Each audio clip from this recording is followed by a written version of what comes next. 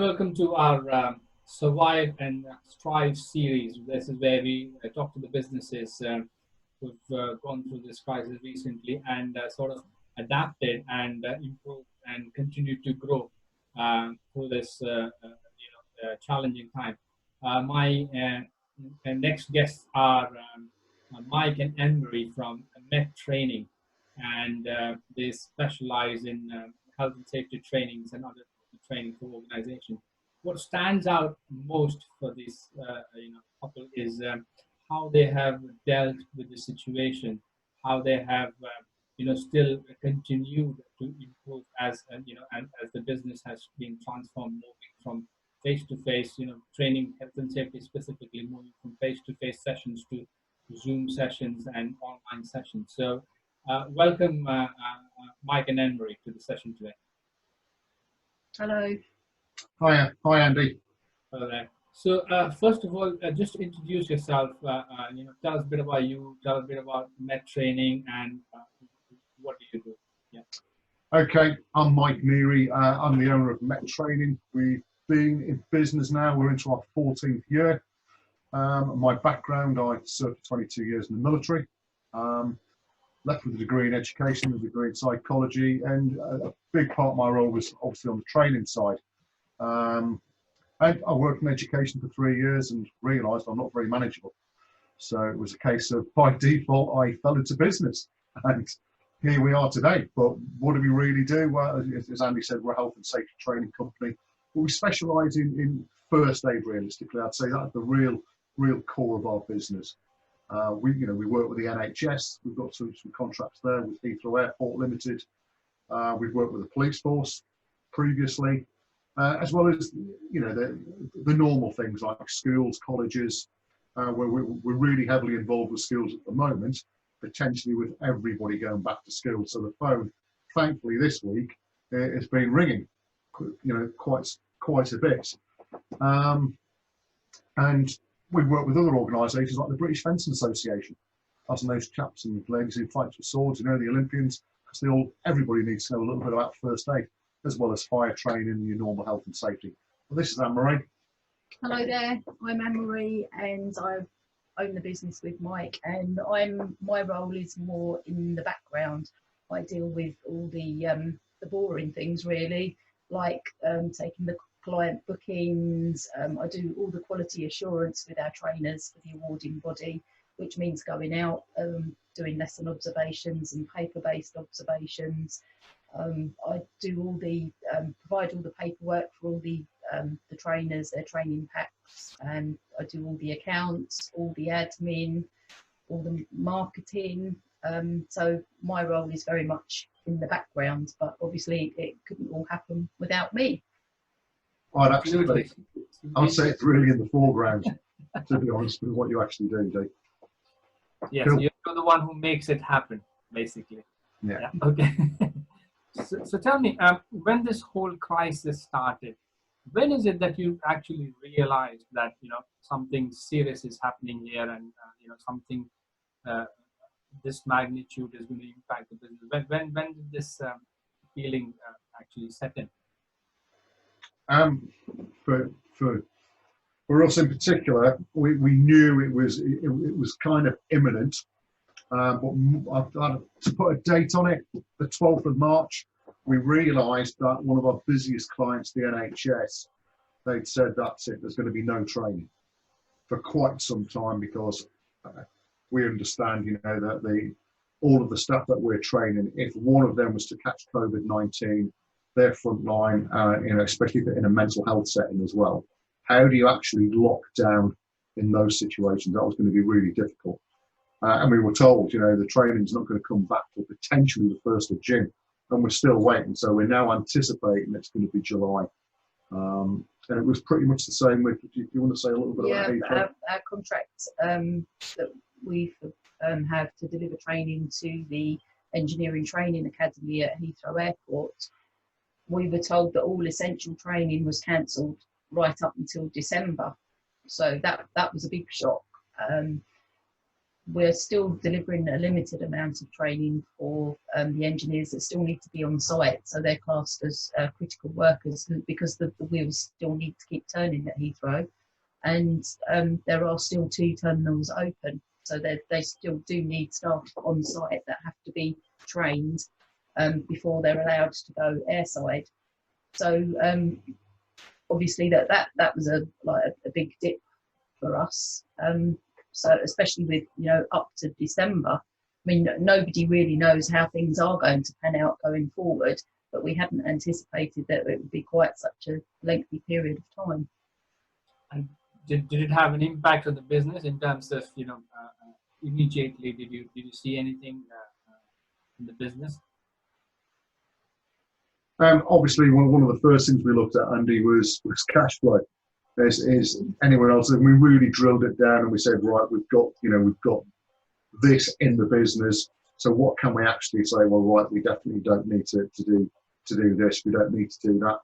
And I think because I've been in critical situations previously with 22 years military experience and various conflicts, it was a case of, right, let's not get chaotic about this, because you can go into absolute crisis, throw your toys out the cot, become blind, as in completely blinkered, where you can't see anything.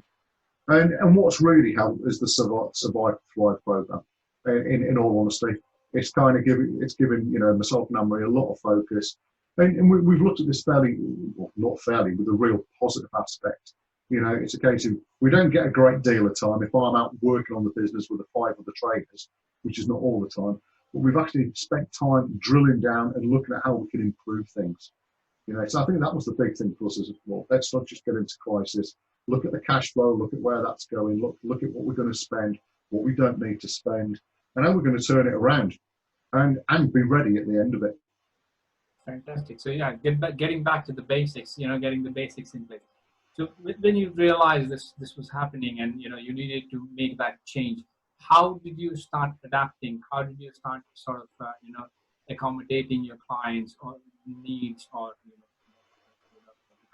the biggest thing was to make sure that we had method statements and safe schemes of work in place for our trainers that were still continuing to work at Heathrow, because obviously you know, that was a really important part of it. And before the actual lockdown came into place, we had already implemented those protocols, especially with the delivery of first aid training, because as you can imagine, that's a very hands-on, practical training session. So we had actually implemented all of that then. So we were a little bit ahead of the game in that respect. But then we had to look at moving some sort of theory training online for our NHS contract, because they were deploying lots of staff into frontline care, and they needed to have specific training in order to be able to do that. So we sort of were able to move some of the training online for the theory sessions, so that they had a background in, you know, all the basic procedures and things like that they needed to know. And then the rest of the training was then going to be carried out actually on the wards. So it was a case of developing the practical courses that we did into an online methodology, so that they could gain those skills before going on to the ward.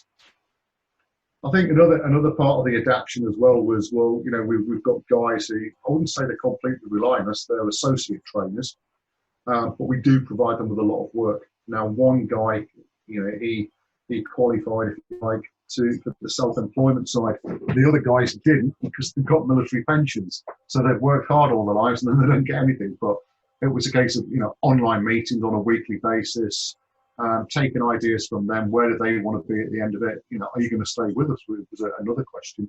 And I mean, and it was undoubtedly yes, of course we are. You know, it's not our fault this has happened. Some of these guys have worked with us for 10, 11 years. You know, so it's been sort of kind of fostering that idea that we will get through this, and when we do get through it, and I do perceive we'll be busy. But I think one of the big things that's on adaptation for us is going back to cost. We normally cost courses for 12 people. The HSC say on a first aid course you're allowed the maximum of 12. If not, then it's a second trainer. But now looking at 2 meters social distancing, I measured my own training room up where I'd normally get 10 people there comfortably. You're down to 5 or 6 at a push. So that's going to be a big cost implication. We've spoke to schools this week. Now, schools is not a major problem because they've got a huge training area, as in the school hall. So you can adapt to that. But smaller businesses, for instance, Hayes Business Studios, that room there, I spoke to the lady there this week, and she phoned me last week, the course is going to be happening in June. I said, well, no, but we're about to advertise for July. Have you done a risk assessment? And then the answer was no. And I thought, right, so, and then it came back, well, I spoke to the guy who does the risk assessment for Uxbridge College, I know him really well. And he said, Mike, to be honest, he said, we're not renting that out till September. I went, fine. So that's another plan we've got to put in place. Right. It wasn't their fault. It was just, and it's the same with all other contracts. Yeah, no, absolutely. It's all about thinking ahead anyway, isn't it? So, this whole process, what positives have come out of it? What wins have you seen lately? I think companies have been a lot more receptive to the advice that we can give now regarding health and safety and compliance issues, because although staff may be furloughed, they have to consider the staff that are still in the workplace, and they've realised now, they've become more aware of health and safety and their duty of care to their staff. From first aid to fire safety training, if you've got less staff in the office, if there's less people working there, there's not so much going on around. So the staff that are there need to be more aware of their surroundings. And I think that, that they've realised now, especially with their mental health as well, with like reduced people in the workplace, but companies still have to meet their compliance. We had one situation where a company had furloughed all of their first aiders. So we then had to go in and deliver a course for the staff that hadn't been furloughed so that the company could meet their compliance issues. Because it's things like that they don't consider, things that go on in the background all the time with their first aiders, their fire wardens and things like that. And they'd furloughed them all. So we were able then to go in and actually train the staff that were left sort of working.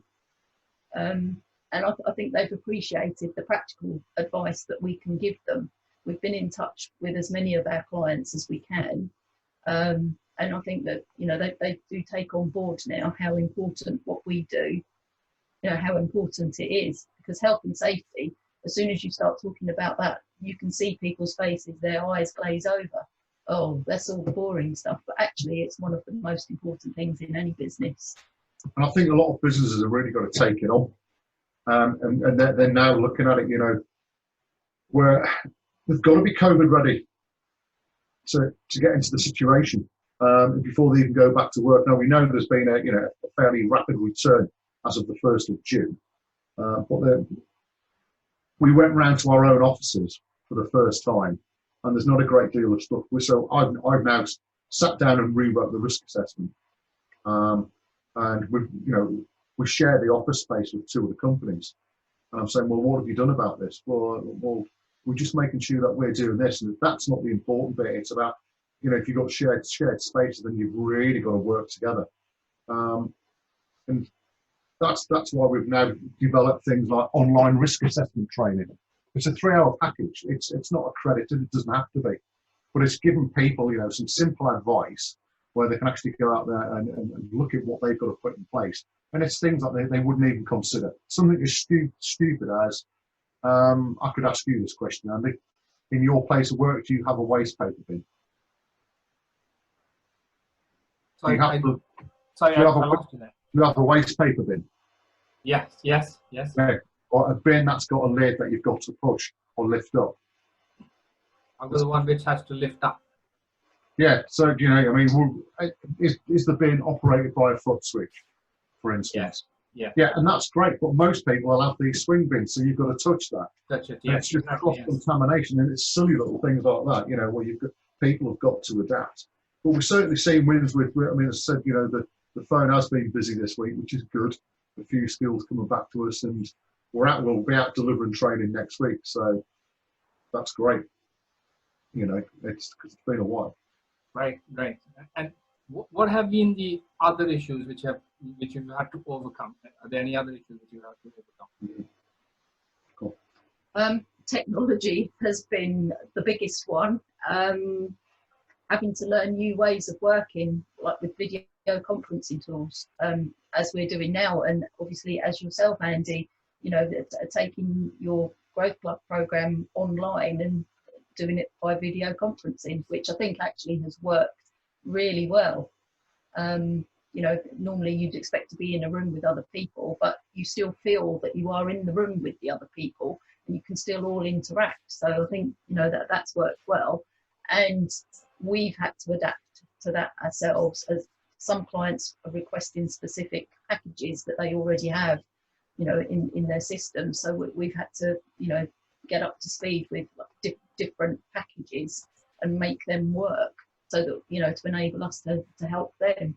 But that has been the big one, you know, the biggest issue is with the, you know, the technology. But I think we're getting there. So. As we said just earlier, you know, the new project that we were just about to chuck a lot of money at marketing wise, and it can't happen until September. But that's still going. Landing pages are being developed for the website, so to target the Hillingdon area.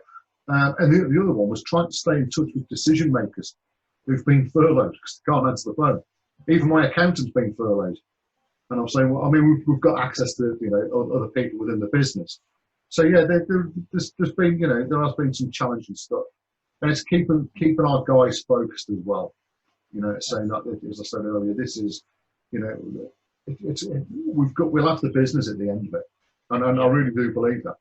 I really do believe it. Yeah, and I think I'm expecting clients to sort of be ready for when things do sort of, you know, the phased returns and things like that, because they need to be planning for the future, not thinking, you know, they need to sort of adapt and have a plan in place of how their business is going to go forward. We've seen some organisations that we work with, well, they've already had 10 weeks to do their risk assessments, but they haven't still done it. So that's causing them a delay in their business. So that's been quite a big thing to overcome, because they haven't sort of looked at the bigger picture and, you know, planned how to go forward. Right. And I mean, a lot of businesses have made adjustments because of COVID and the way of doing things. But there are some good adjustments to, you know, people have made. What are the good adjustments that you would want to carry on forward, which will help you with your business? Okay, just looking at this, obviously, one of the big things, as I said as well, we've had time to work on the business, which is great. So that's something we're now dedicating time. It's not that we've never worked on it. I think I spent more time in the business, and, you know, it's a case of, you know, sitting back now and saying, right, this is realistically what my focus is now. Get the trainers out there to do the work. You know, they're getting paid for it, and it's time now to really dig down and develop on that side. And that's, again, you know, with the Growth Club, I've learned so much in the last few weeks. As I said right at the beginning, I kind of fell into business. You know, it wasn't a big huge plan. It just kind of happened. It might be because I'm a D with regards to disc, and I was just very spontaneous and said, I'm doing one more thing. Right, and she said, it's a resignation letter. I said, yeah, we're going to set up our own business. And I think so. Yeah, that is something which we need to still, you know, look at. We're going to have a conversation about that next Friday. We will do. What else?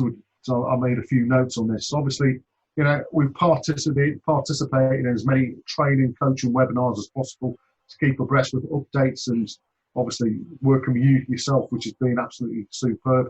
And what I really like about it, you've really got us to focus on the nitty-gritty side of it, you know, to drill down and say, right, what works, what doesn't work, because you can spend a lot of time, even the last session that we've just done with LinkedIn. I'm on Sales Navigator, and I was thinking, well, why are people on Sales Navigator not seeing my posts? Well, if I haven't connected with them, they're not going to see it. So that was a question I was going to ask. I'm a very open and honest guy, so that really, you know, that session today was brilliant. I don't know what else.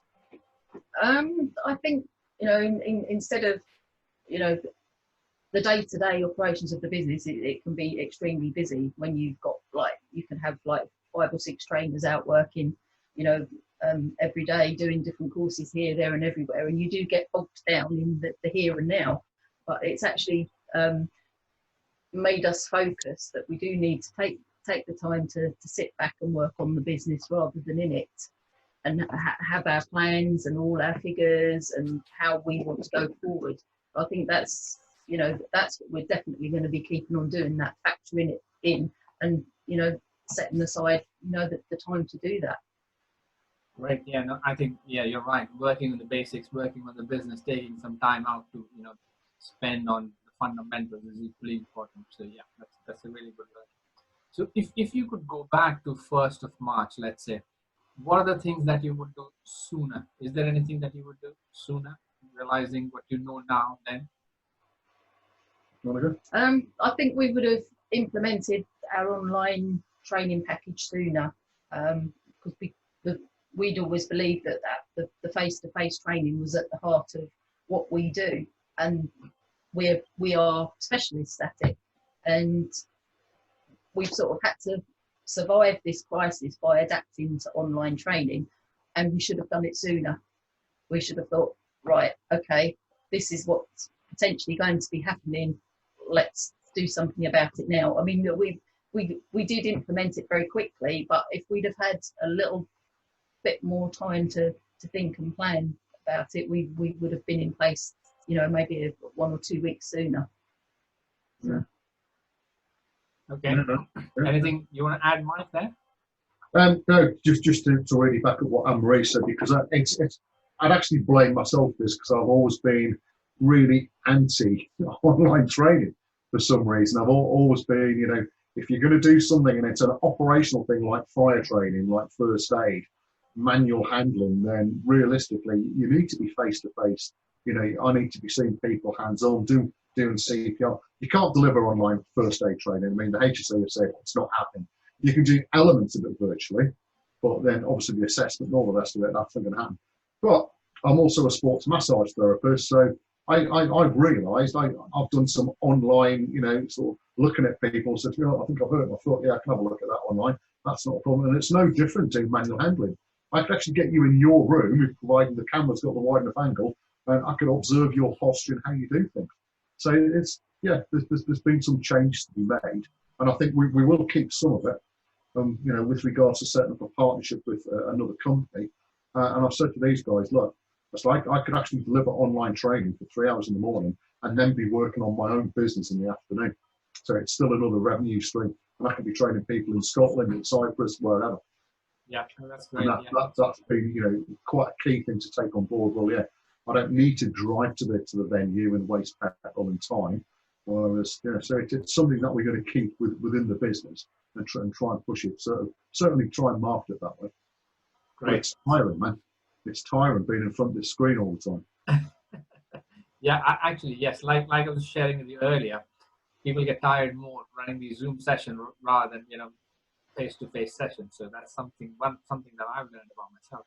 So as this lockdown is, you know, obviously there are some restrictions being eased now. What are you looking forward to most, you know, when this lockdown is over? Well, I think the biggest thing after being able to sort of see friends and family again is top of the list has to be a haircut for the pair of us. Business-wise, I think it's the face-to-face contacts with our trainers and our clients again, because although the virtual world has its place, there's no substitution for like human interaction.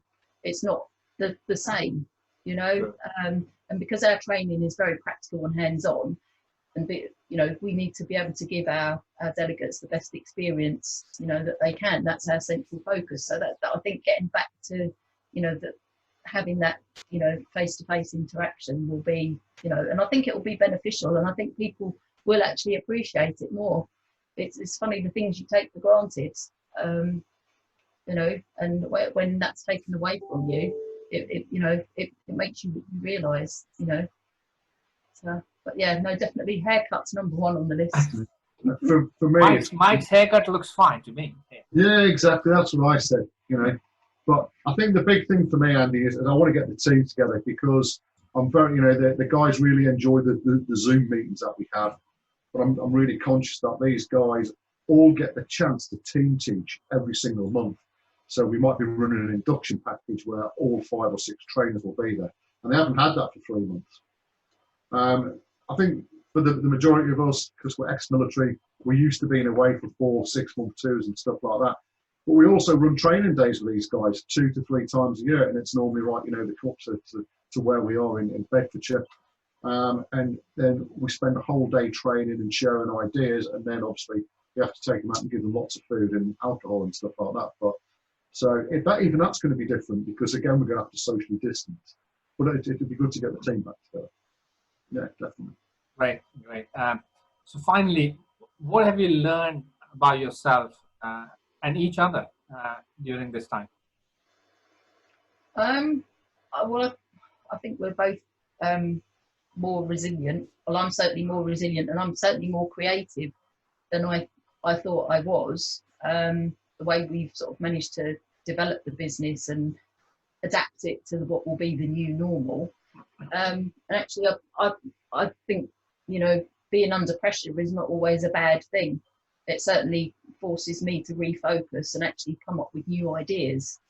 And I suppose that another thing that's come out of it is that I actually know much more about business than I give myself credit for, because I do have a number of processes and procedures in place that I actually do, and I am actually quite an organised person. So for me, I've the pressure has actually been good in a way, because it has forced me to be more creative and come up with new ideas. Okay. For me, Andy, I mean, I made a few notes on this, and I think one of the big things is I think I appreciate what I've already got, because I've had time to reflect and appreciate how hard we've actually, both of us have had to work to get this business where it is. And I could have thought, as I said earlier on, right at the beginning of this, oh my God, this is it. Everything we've worked for is suddenly gone. And I thought that's not happening, and it really isn't going to happen. And I also realise I want a turnkey business, and I want the business eventually to manage itself with the right people in place. Again, thanks to you, get me to read the E-Myth, the book like Herbal, which is a great book, very simple to read, and everyone in business should read that, because I fell into that. I put the business together. Everybody wants me. I am the business, and then you just got to suddenly start to develop it and say, and with this other company, that's my attitude. They're up in South Yorkshire, and I'm saying, well, why aren't we delivering training in North Yorkshire, and why aren't we in the North East and Scotland and elsewhere? And in 4 years' time, I'd love to be sat in Cyprus, and somebody else is running the business. That would be great. I've learned people in good health matter a lot more than financial success. That's really key, and it is. If you're out there, you're breathing, you can stay fit, and you can have all the money in the world but be really ill or die of COVID. And it's factor, isn't it? And I think for me, that virtual training does work, but you still got to be enthusiastic as if you're face to face, and that's what I found, because you are face to face, but it's trying to be animated whilst being seated. Yeah. Because I'm normally up there. I mean, I'm like when I'm in a room, it's not that I want to take over the room, but it's a case of, well, if you've got presence, then show your presence. So yeah, that's it. And I think presence is the key to delivery. I think another thing, I've become more open to personal development opportunities. Your program, Andy, has been quite challenging in some respects for me, because I'm quite a reserved person normally, and I'm sort of happy to stay in the background. But I've had to be prepared to share my thoughts and opinions with a group of other business owners. So, that has actually been quite good for me. And I've realised that, yes, my opinions do matter, and that some of the things that I come out with, other people can, use that themselves and say, oh, actually, yeah, that's quite a good idea. So I think that's worked really well, this program where we have shared our thoughts, and even if we don't understand something, we're not made to feel, you're daft or whatever, or you're a business owner, why don't you know that? It's not that at all. I mean, everybody is there to gain and progress with their business going forward. So that's been really good for me to sort of open up a bit and get a bit more into the bigger picture, as it were. That's fantastic. Thank you very much for sharing your experiences. I mean, one thing I would like to add is, I really value our relationship, and I've seen you with people and around people, and you always add a lot of value, positivity to the environment. So I really do appreciate it. So it's been great working together, obviously. But yes, best wishes for the next few weeks and next few months and coming time. The way you put the fundamentals in place and the way you're being focused right now, I think soon the things will start turning around, and the next year I think would be one of your better years or the best years to come. So thank you very much for your time today. Thank you. No, you're welcome, No, Andy. thank you, Andy. We appreciate all the help and the insights that you've given us, because it's given us the focus to look at the bigger picture and look on the bright side, as the song goes. So, thank you. Brilliant.